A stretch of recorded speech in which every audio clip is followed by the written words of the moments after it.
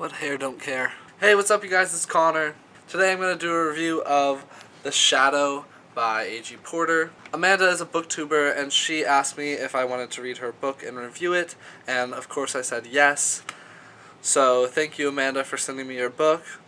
She wrote a little inscription to me and signed it, so that's very thoughtful of you. So let's just get into the review. The Shadow is about an 18-year-old girl named Raina who lives in Alabama, and her father has just recently passed away. On top of that, she doesn't really know where her life is headed, and she doesn't really know where she wants to go to college and all of those tough decisions that seniors in high school have to decide. She starts applying for jobs, but she can't find one, so she takes an internship with this place called The Landings, I think it's called, and The Landing. And it's kind of like a resort, a golf resort type of deal that I pictured in my head. And so she accepts her internship there, and she goes and she has to live there over the summer.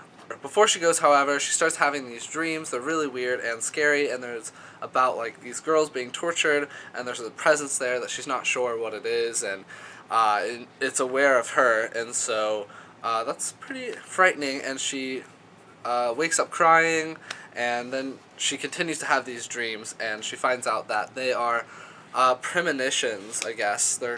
She kind of can tell the future with her dreams. Let's talk about the characters. Raina is very upset, evidently. Throughout the whole book, she cries a lot, which is fine. I guess she's having these really terrible dreams. She very quickly picks out who she wants to be best friends with in this internship that she has, and who she's not really too fond of straight away, which is fine. I do the same thing. God, why do I say which is fine a lot? She's one of those characters who leans on her friends a lot. Her strength comes from the people that are supporting her. She doesn't really have her own motivation and power to like push through things and get things done, and she definitely relies on her friends a lot. Logan is the first friend that Raina makes when she accepts her job at the Landings. Logan is a very fun, upbeat kind of guy, and he jokes around a lot, and he's there for Raina when she tells him about what's going on with her, and he's just like the really awesome best friend kind of guy. CJ is Raina's best girlfriend at the Landings, and she's like the perfect human being. She's tall, she's beautiful, she's charismatic, everyone loves her, she's a good person, she probably goes to church, she probably, has 2,000 friends on Facebook, that kind of person. But you don't get annoyed at her. She's actually a lot of fun. You really like her character, and she's definitely there for Raina as well throughout the entire book. Liam is the main love interest in the story. Liam has worked at the Landings for a few years now, but his father is also the owner or manager or the boss kind of the whole thing. So he's privileged and rich, and most of the people that are working at the Landings, like CJ and Logan, are also very wealthy, and Raina is not. Raina's there on scholarship. Liam, however, doesn't care about this.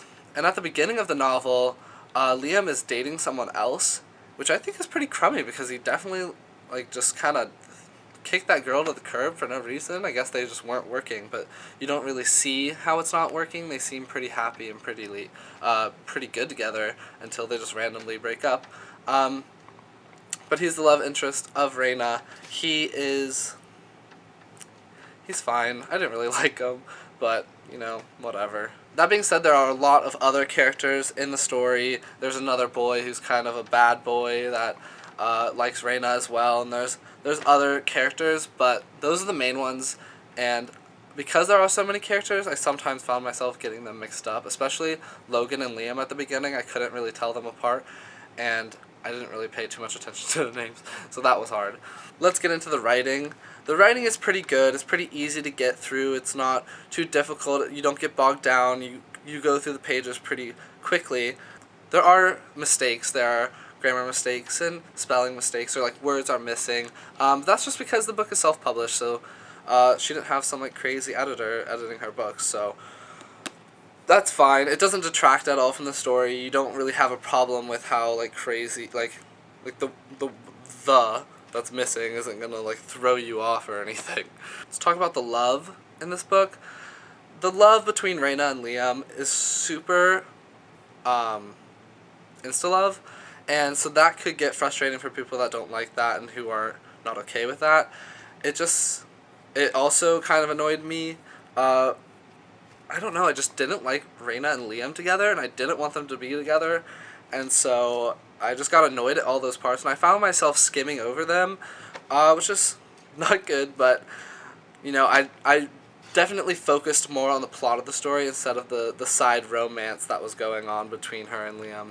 Let's talk about the overall plot of the story.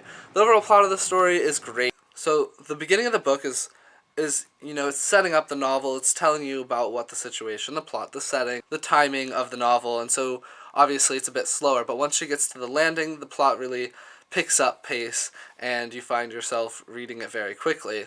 There's a murderer in Florida who's kidnapping girls and killing them, and he's moving his way up through the state, and it's scaring a bunch of people, obviously, because mass murderers are crazy and terrifying.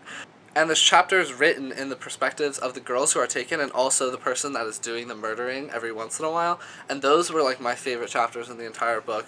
It was interesting to see the different points of view on what was going on, and I just really liked that aspect of the book. The ending of the book, although I did like the ending, it was hardcore and awesome. It left you with questions, which is perfect because there's a second book that's coming out soon. And so I really just enjoyed the whole story arc of the whole book. That being said, I'm going to give this book a 4 out of 5 stars. I really did enjoy it, and I can't wait to read the next one. And you guys should definitely pick it up if this sounds like something that you're interested in. But that's it. I'm going to go. So, bye.